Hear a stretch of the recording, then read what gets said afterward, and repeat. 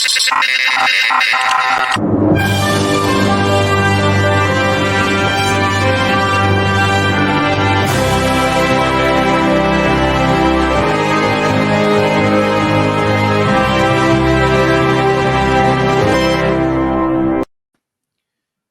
and welcome to another episode of Movies That Make Us. I'm Jake. I'm Tracy. And I'm Val. And today we have a very special guest with us, Mr. Robert Neal. Robert, welcome to the show. Hello. Thank you. Thank you for having me. Why don't you tell everybody a little bit about yourself and where they can find you online?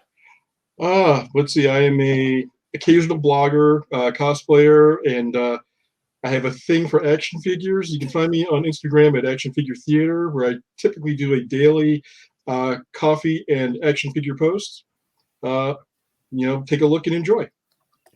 They're brilliant. They're always fun. They're always themed to something. You must have the calendar of obscure holidays. Even better, I have the internet. oh yeah, I guess that's true. We have all the information at the internet's there. My fingertips. Well, welcome. We're glad to have you here.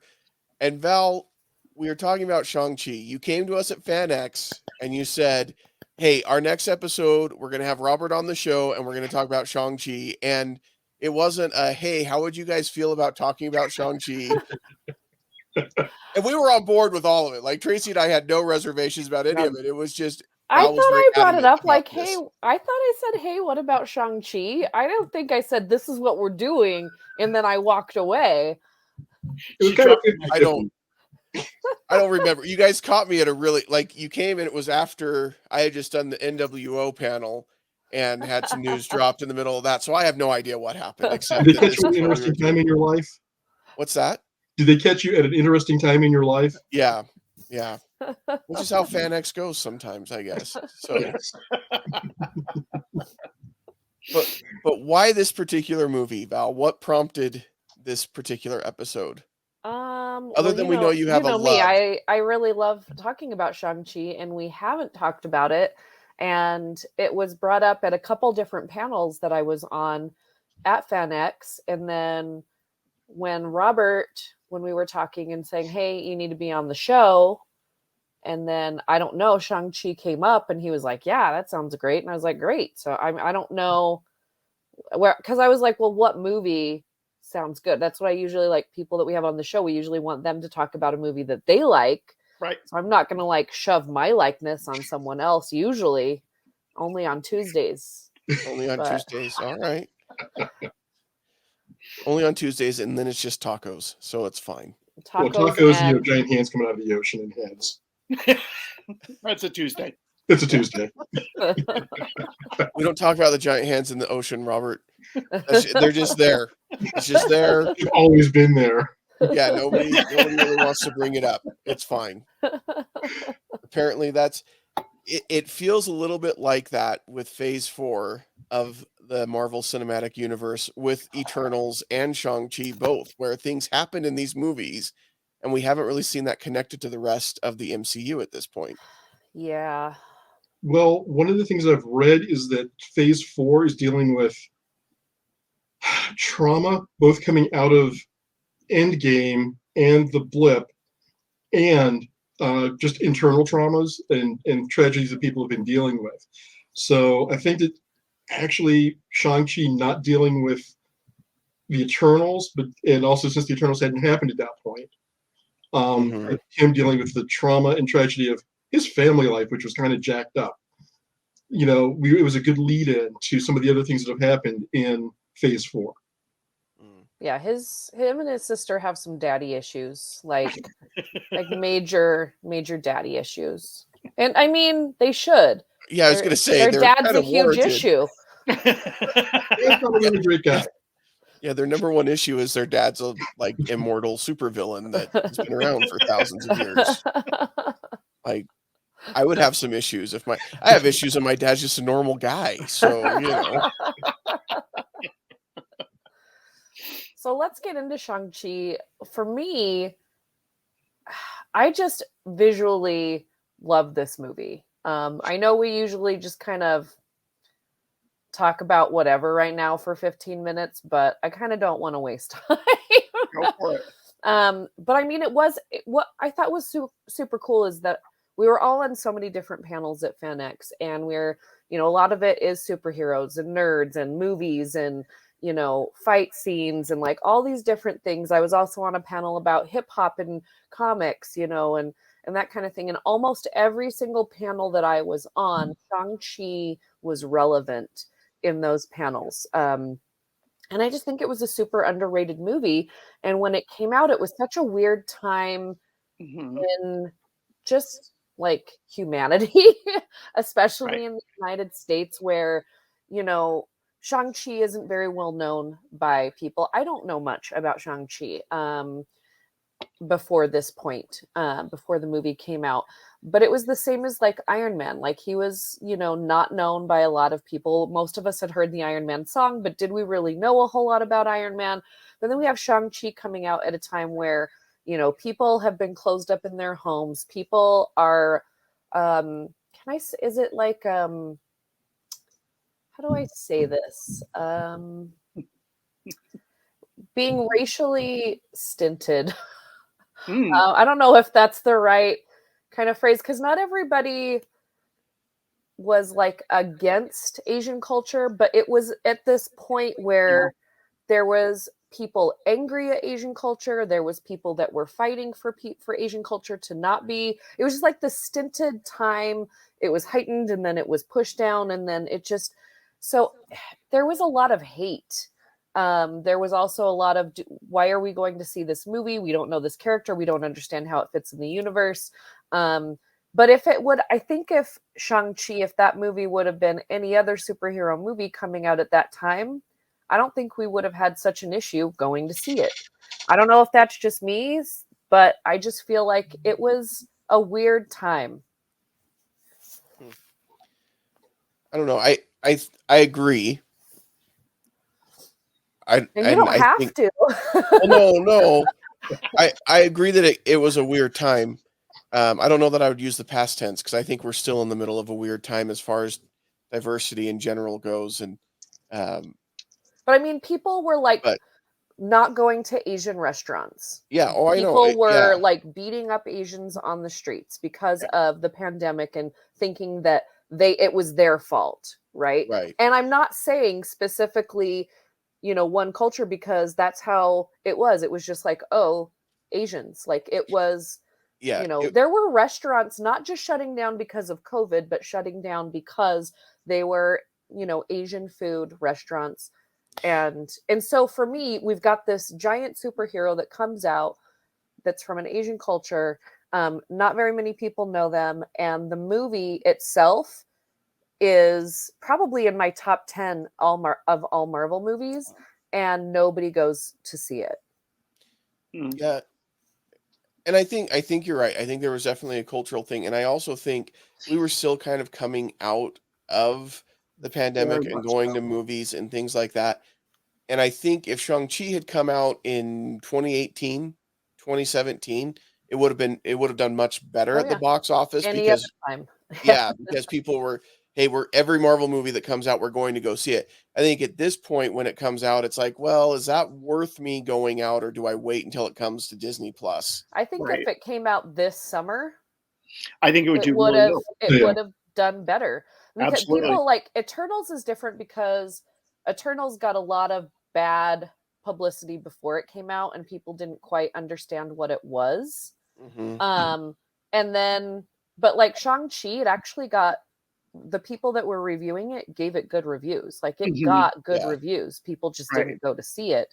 And then people that have seen it now that it's on Disney Plus love it. So yeah, we had a little bit of the, do I want to leave my house, and a little bit of culture, and then a lot of people like, do I even care about this character? And Right. so I just feel like it was like the power of threes just kind of Well, shoved something this else down. though. Something else.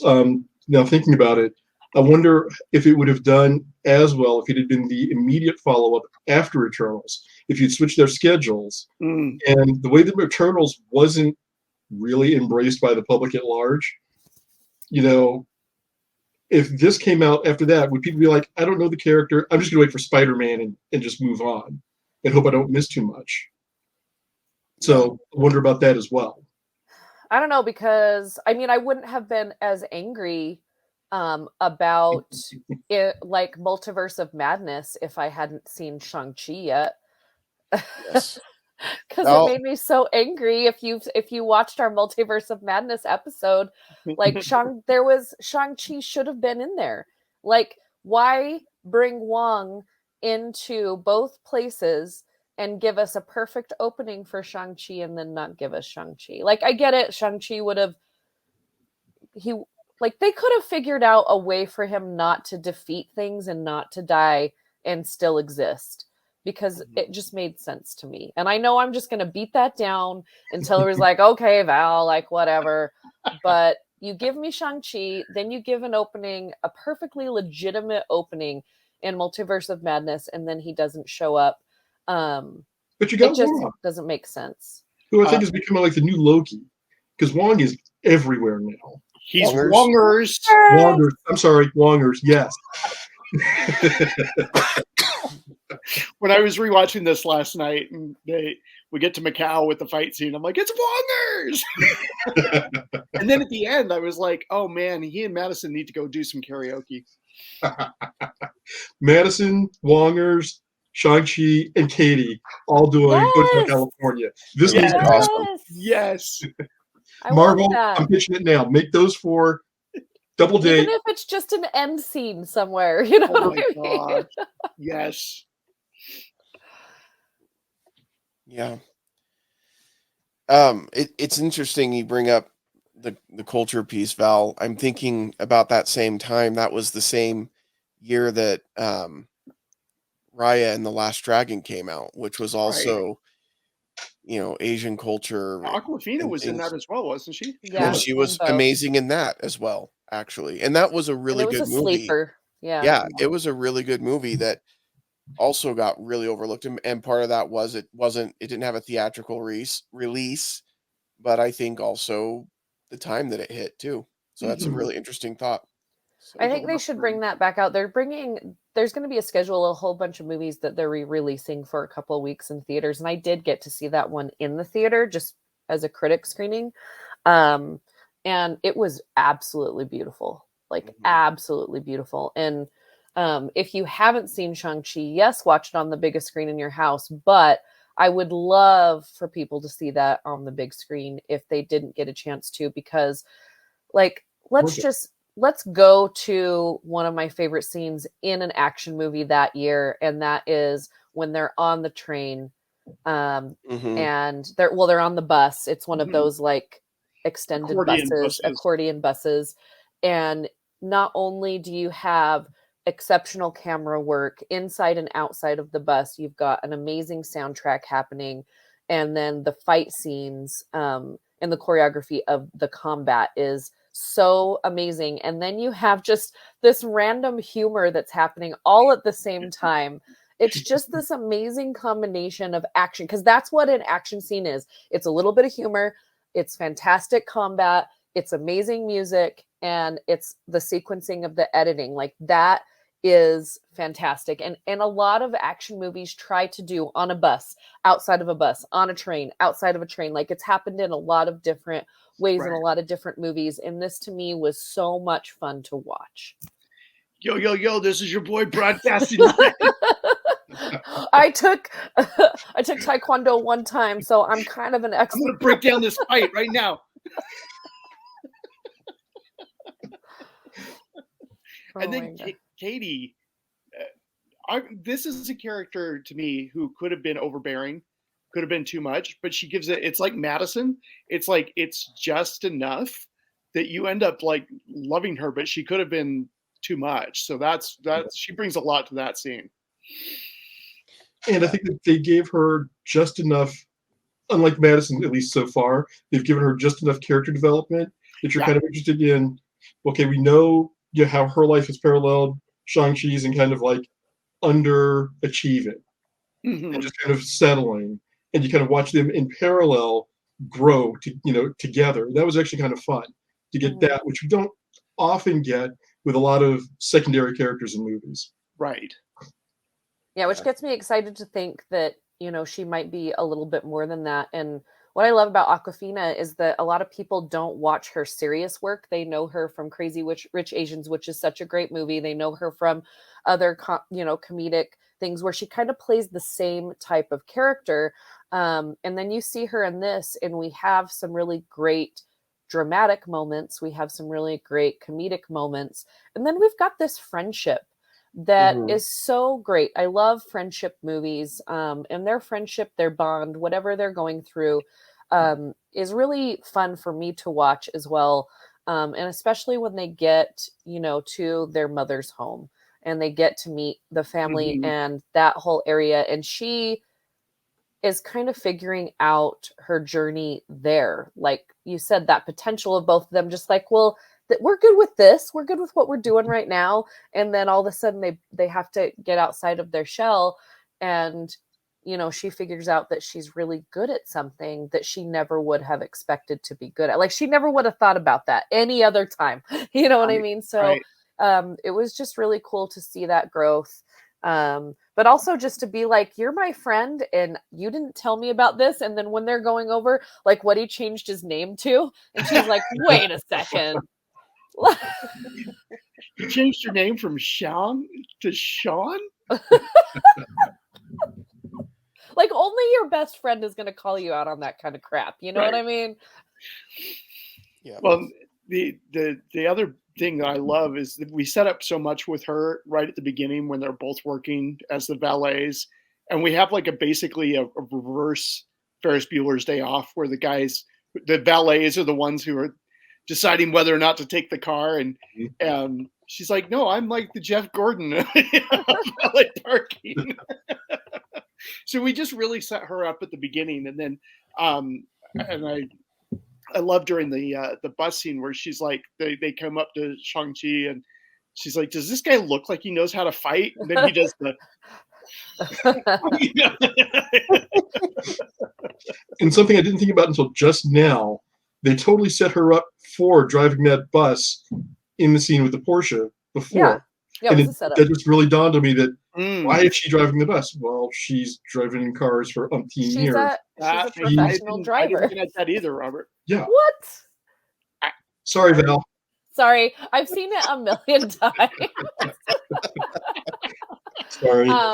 But yeah, I thought, like, I figured something was going to happen when, you know, like even her brother is like, so you know, I can become a professional valet like you know. I was like, okay, they're really paying attention to her driving the way she drives. They're bringing it up a lot, so something's gonna happen. And it was really this like Speed moment, you know. It brought me back to Speed, because Speed in that moment on that bus was probably one of the most iconic, you know, action scene bus driving moments on film. And then when you have something like this happen, I thought it really played a good homage to it, but then brought it into a new audience of what it was, you know, and having the blogger there, which is like, so what would happen? You know what I mean? But I loved how they broke that bus into two, how they were inside of the bus, outside of the bus, under the bus, like on top of the bus, and where they are in that town is crazy because I know that street. And, you know, so it's just like, there's not a lot of room on those streets. And so I thought that was really cool. And what I love about this movie, Spider-Man No Way Home, what else do we have? Like, they're really paying attention to the grandparents and the relationship with the grandparents, and which is a huge thing in that culture. And I really, really love it. Like, they've done it in a few movies now. And I love how their grandma is like, no, you guys, like, there's something going on here. And I don't care if there's nothing ever romantic going on there, but I love their friendship. You know, and they kind of allude to maybe something romantic is going to happen. I'm okay if it doesn't. I mean, if it does, that's fine. But I'm really okay. It doesn't always have to be romantic. But they didn't force it, and that's the thing. Yeah. They were like, hey, these two people know each other. Guess what? They got to get together. Yeah. No, they can just hang out together. They can go sing karaoke and just hang out and then go park cars the next day. Yeah. And everything with that felt normal. Yeah, exactly.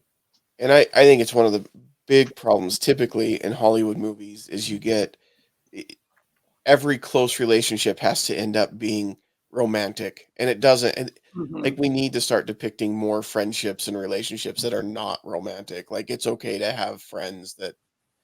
I mean, that was my favorite thing about Endgame. We've got Hawkeye, we've got Black Widow, and they have such a connection that they built through all the movies, but they really, drove it home in that movie. And it's just so touching that, we have, hopefully at some point in your life, you have a friend that means that much to you. Like if you're that lucky. And so I do love how they're really creating these friendships between characters in the newer phases of the movies as well. We all need a friend that someday we're willing to go jump off a cliff so they can get the soul stone. That's just what we need in our lives. I mean, I don't know why everybody doesn't feel like they should have that. Oh yeah, I think they should. Absolutely. Start submitting applications now. I don't know. I always say everybody needs a Sam in their life, referring to Lord of the Rings. Everybody needs a Sam. But I feel like now we can say everybody needs a Natasha in their life, someone that's willing to, or a Katie, or that you would be willing, or to. a Katie. I would love to have a Katie. Yeah. Oh yeah. I love that when they get to him to his sister's club. She's like, "What happened to your shirt?" I don't know. And she's down there counting money. Wait, did you? She's like, got all this money. No, your best friend again not only would call you out on the bus, but would be like, "So this isn't going to go well, but I'm going to get bank." Only a best friend. I love how they bring that into, She-Hulk, like that whole, like, so now we've got what happened, to Wong in this movie and She-Hulk. But then I also love, because my favorite Iron Man movie is Iron Man 3. And I know people don't like that about me, but they bring, like, they kind of full circle Iron Man 3 in Shang-Chi. So you do get Trevor back in Shang-Chi. I'm okay with you saying 3. If you had said 2, I'd have some issues. But I would hope you would all do an intervention if I ever said Iron Man 2 was my favorite anything. It's all right. Iron Man 2 is my favorite Iron Man, and Thor: The Dark World is my favorite Thor movie. They're my top 2 Marvel. I think we need to talk. Yeah, I know. I need to log off now. Never mind. He blipped himself. I'll show myself out. Thank you. You can like whatever you like, Jake. Those are not my favorite Marvel movies. Just so that we're clear.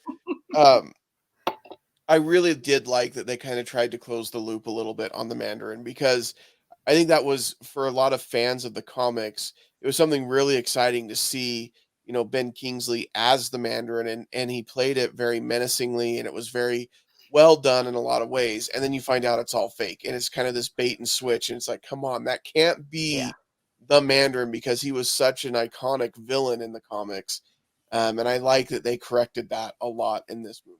And I think it's something very Mandarin-y to do. Yeah. Friend of the program, I love the fact that was not happy.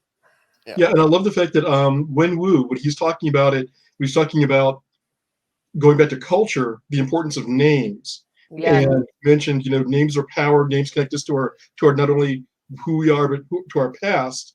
And then goes, yeah, they came to me about this, and I'm just like, whatever. And they named this guy after a chicken dish.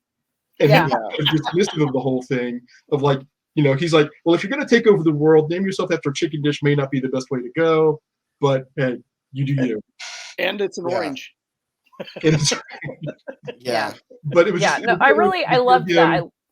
To hear him just kind of go off on, the little cultural part. And there were so many small references throughout the movie that did go back to the culture and the history. And that was just it's a seemingly small thing, but so important, and so having so much weight to it. Yeah. And that's one thing that I've really appreciated about the MCU in Phase 4 is we've seen a lot of heroes coming from multiple cultures that, for me, someone who has grown up in a very specific culture and has not been as exposed to that, it's been really great and fascinating. Really? No. Yeah. Sorry, it was low hanging fruit. I couldn't pass it. No, I appreciate it, Robert. No, but it's also been great to sit down with my kids and expose them to some of that as well, and see that heroes come in all shapes and sizes and colors and everything, and I think that that's important. Well, and I mean, we talked about it, I think, in one of our previous episodes, but everything that Marvel is bringing to Disney Plus, with the shows, and I mean, with Echo, with I keep forgetting the one. There are so many, there's so many shows where we have, different nationality as the entire cast, Right. Bringing superheroes and villains together on the screen, where we have so many different things, Well, you have it's Ms. just Marvel, exciting. Moon Yeah, Miss Knight. Marvel did it really well. Yeah. And that's. Oh, go ahead, Jake. No, go ahead, Tracy. I was just going to ask, Robert, do you think that the 10 Rings are going to pull in with Ms. Marvel? Do you think that the bangle? Do you think they're connected at all, or? I'm not sure, and I know that they're doing. Where do we first see it? Going back to a Captain Marvel reference, the original Marvel Captain Marvel, the Bangles are acting more like the Nega bands that switched Rick Jones and Marvel.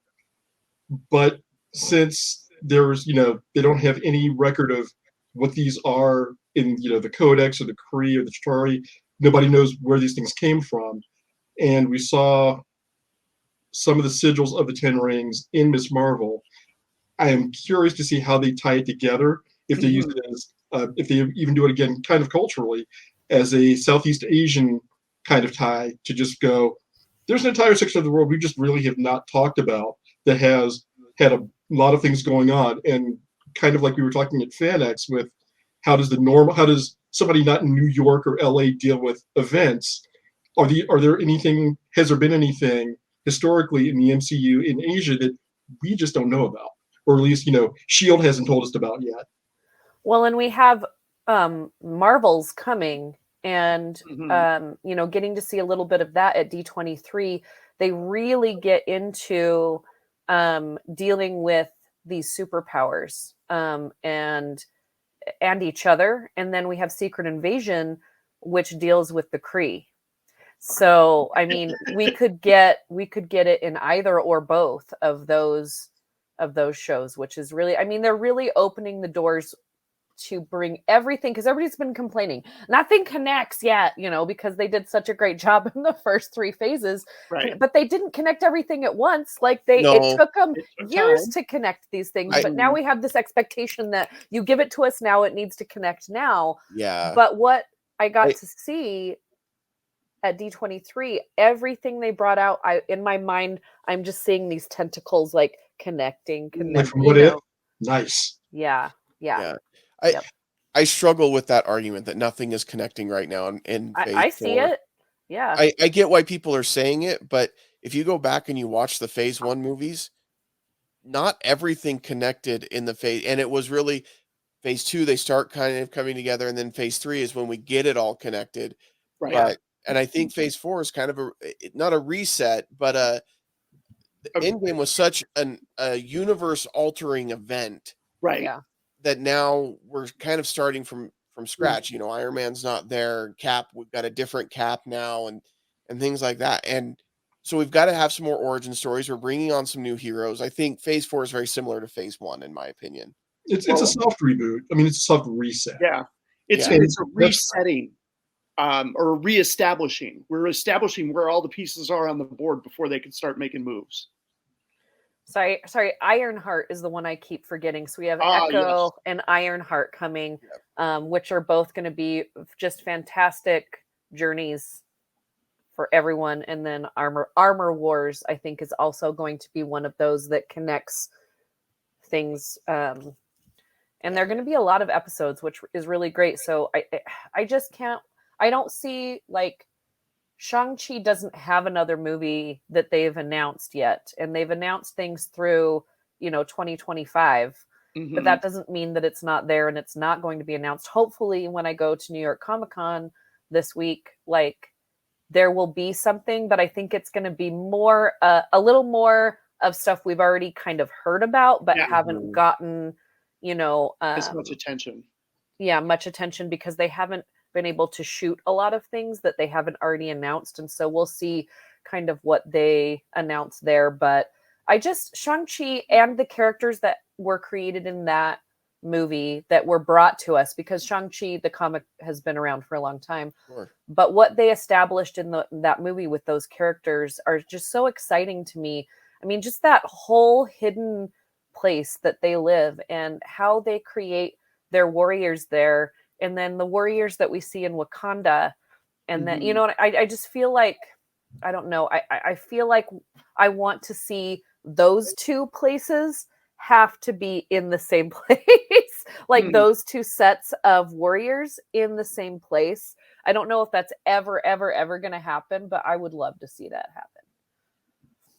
Well, it's going to be interesting, Val, as you said, there's not officially a greenlit sequel, but the director of Shang-Chi is taking on Avengers: The King Dynasty, which... Yes. So we have that coming, but so I don't know if they're just not calling it a, Shang-Chi 2, but they're expanding the universe and that's where we're going to see him. But we don't officially have his second movie, but I'm so excited about the Dynasty. Isn't there something on the schedule that's undeclared, like untitled, and just they have a placeholder in phase I don't usually go with undeclared items, because if we went with undeclared items, we would have had 7 other movies that never happened. So until they say, like, here's the poster, here is the actual name of the movie, the title on the screen, and then and fall of whatever or summer of whatever. Like, I'm just not. Fair but enough.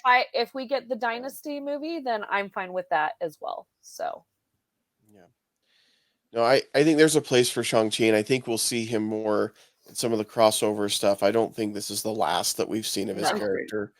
I really hope not. And I hope it's not the last that we've seen of Katie. We need more of her in our life. But I really think they're staying away from a lot of crossovers right now in phase 4, and I think that will pick up in phase 5. I think because Wakanda Forever is the last the final phase 4 movie. Yeah. So, which again, going back to Robert's point about dealing with trauma and grief, and that one's going to be a great way to tie up 4 on that. And I've said it before, I will say it again. I think it's going to be one of the most important, not only superhero movies ever made, but movies made in this time.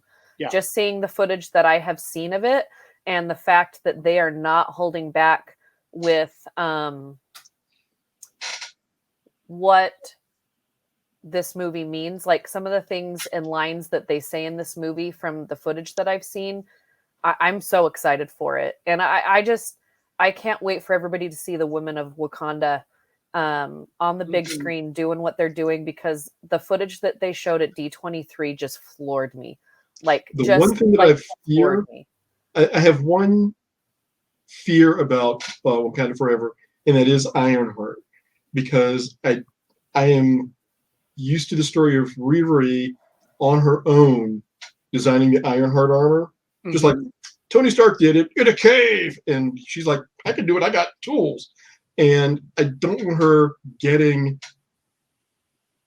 Mark 50 level armor right out of the gate from Wakanda Technology. I want to see the process, and I'm hoping they don't give us her in the present in Wakanda Forever, and then we get backstory how she got to that point in Ironheart, because I think that would do a disservice to the fans of Ironheart historically. That's just my 2 cents. Do you want to know what I've seen so far? Nope. Thank you very much. I appreciate the offer. No, I will wait. Yeah, and that's kind of what spoilers. That's kind of what I always ask. It's kind of what they did with Spider-Man when they brought him in Civil War. That's where he makes his first appearance, right? And then we kind of get a little bit of backstory. We never really got an origin with Peter. It's just like, no, we know what happened, but we never hear about it. Yeah. Right. But we don't get to see a lot of the struggling to figure out his powers and things like that. Which is fine a little bit. Spider-Man. We get enough of it. With Spider-Man, we know that backstory, but not everybody knows the backstory with Ironheart. So I agree. I don't want us to skip over that and gloss over it. I want it to be on the screen. It's like Batman's origin. We've seen it on screen so many times. Do we really need to see it again? I don't know. How does he become Batman? What happened? What's his mom's name again? He played baseball a lot. He gets bitten by a bat and turns into a vampire. It's a whole thing. No, now I think you're thinking of Morbius. Oh, wait, it's not the same movie? It's the MCU Batman. The MCU Batman. Well, okay, well, hold on. Because MCU's Ra's al Ghul was Wenwu. The way that he bait and switch. There you go. Yeah, that was another one. Yep, absolutely. Yep. I don't think that one enraged people as much, though. No. Not at all. And you got Ken Watanabe in Batman Begins out of that. So, I mean, it was kind of a win anyway. Yeah, I agree. So, but I digress. Another fight scene that I really, really love, but I think went a little too long, is the one on the outside of the club. So we're on the inside of the club, and we get introduced to some pretty big characters, and then they get on the outside of the building trying to get away. There was some really cool, intricate fighting going on, and then like camera work, and then I just felt like it was over, and then it wasn't, and it went on for like 10 more minutes. Yeah. That was one of the only things I didn't love about that movie, is I was just like, the pacing was really good until we got to that point. One of the things as we go through some of these action sequences that you've talked about, Val, that's really interesting about Shang-Chi, and I felt this the first time that I saw it, is we really do we're in the real world, right? I mean, the bus, the club, all of that. And then it shifts to this really fantastical world, like where his mom is from, and like all this stuff. Yeah. And that it makes for a really kind of fascinating story in that regard, because it does take us into this whole new world that is completely different and completely fantastic. Yeah. And getting to that world is one of my favorite things that I've seen on film. What an interesting way, like you have a certain timing to go through this forest, or this forest will kill you. And it's just visually so cool, but also super fun. And it brings you to the fact that inside this world that we all live in, there are these fantastical things that happen. And, shooting the scenes where his dad and mom, meet and they're fighting. That's when they showed a little bit of that in the trailer. I was so excited to see this, because, you get a little of that Crouching Tiger, Hidden Dragon cinematography and coloring, and just the fantastic movement and flow was so cool. And I also thought just that way of fighting was also just a way of life as well, because his dad is he gets his fight and power from anger, and his mom uses this control of herself, and it doesn't come from anger at all, and she's the only one that can tame his dad. And I just think that's such that is so the way that we are sometimes, right? Some of us can totally fight through our life with anger, and some of us can totally fight through our life, with that control, and that we're just getting through. We don't need to be that way. And I just thought that was a really cool juxtaposition. And then just seeing Michelle, kind of fight with Shang-Chi, and she kind of takes him over, I think she's one of my favorite actresses. Like, I love seeing her in everything. She's got more coming up in the MCU on her own, which is going to be super exciting. I love her. So, well, one thing with the fight with it, where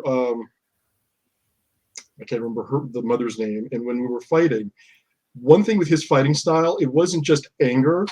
Although I think that as he finally met somebody that could stand on par with him, which he hadn't fought, he did get more angry. You could see it in the way he fought.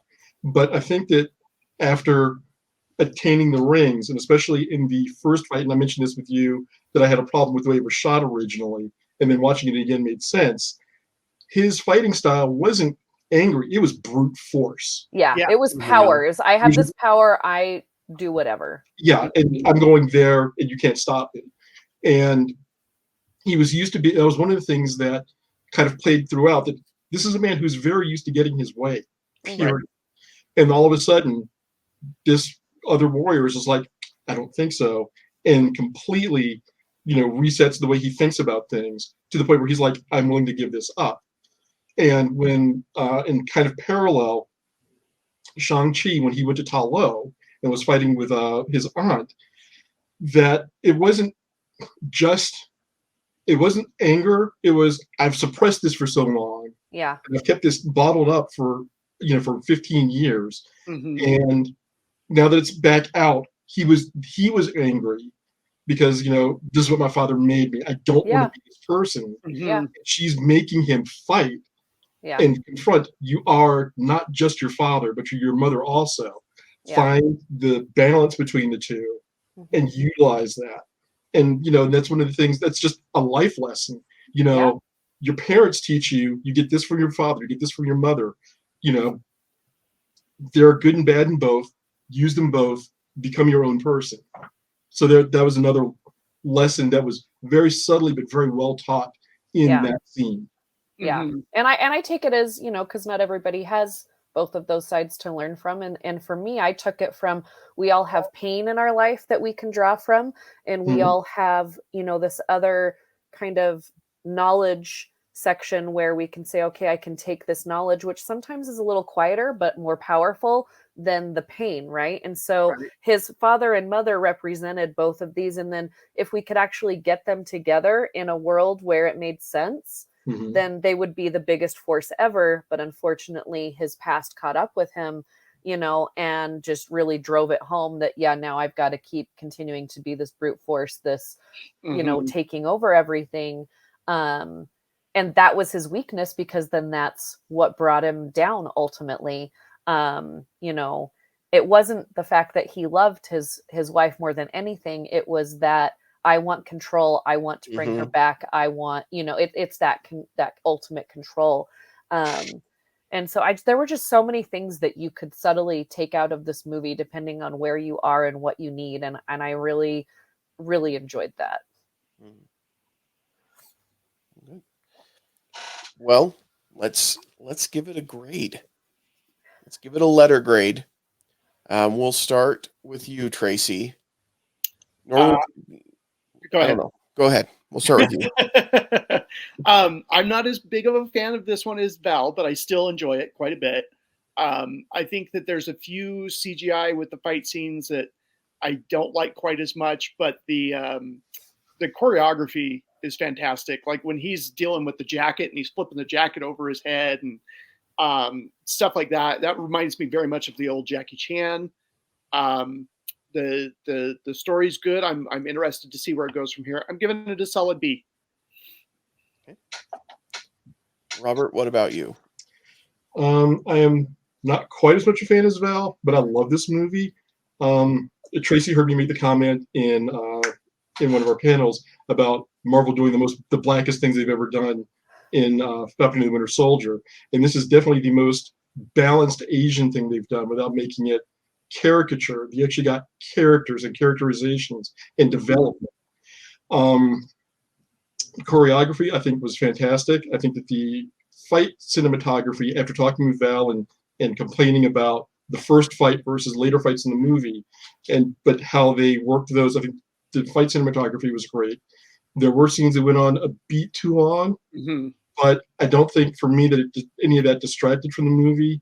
And pardon me, it all made me interested in seeing the development of all of these characters that we saw that survived from the movie. So I'm going to give it an A-. Okay. I don't want to start mine off by saying I'm not as big a fan of the movie as Val. I feel like that's kind of become a theme. but I enjoyed this movie. I really think it was fun. I think this will go down as one of the movies. 2021 was a rough year box office wise for everybody, obviously. And I think as a result of that, it kind of gets roped in with the Black Widow movie and Eternals, where they weren't bad movies. I really liked Black Widow probably a little bit more than this one even. And then this one, and then Eternals. Eternals was a little bit boring. I'll be Yeah. honest. It was boring at parts, but it wasn't a horrible movie. I would give this a B plus. I think it's very underrated. I want to see more Shang-Chi. I do love the representation that's in the movie, and I think that's vitally important, and I want more of it. I'm glad we're seeing more of it. And so for that reason, I think it's a really good movie.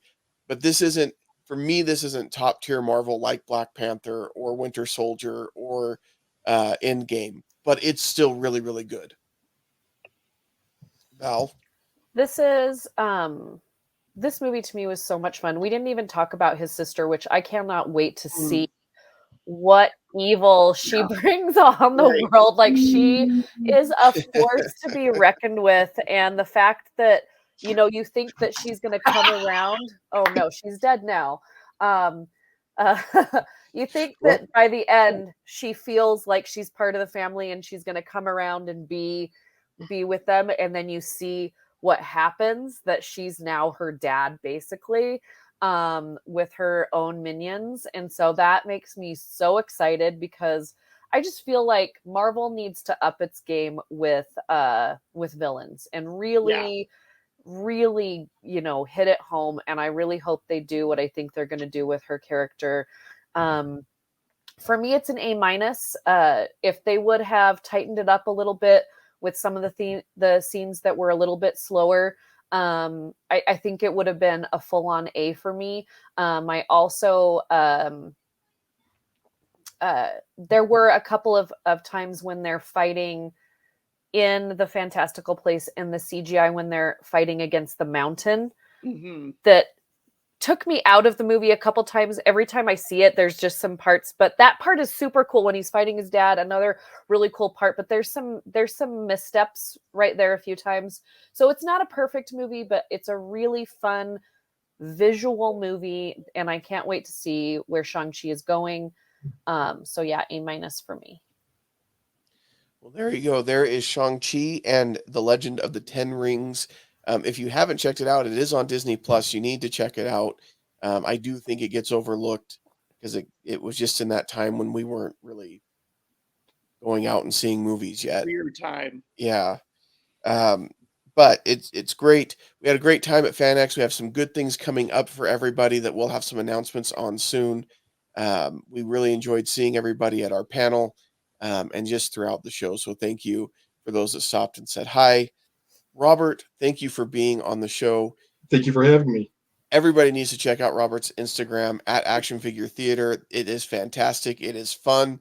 It's a great thing to add to your morning routine. Just check out Robert's daily post. Thank you very much. All right. And if you want to send us in for any feedback, information, anything like that, you disagreed with something that Tracy said today on the show, we understand. You can send that feedback to podcast@moviesthatmakeus.com.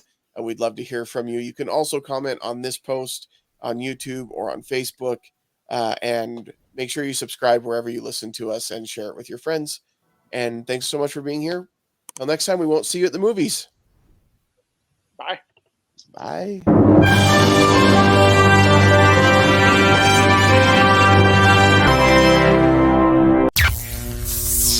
This has been an Age of Geek media production.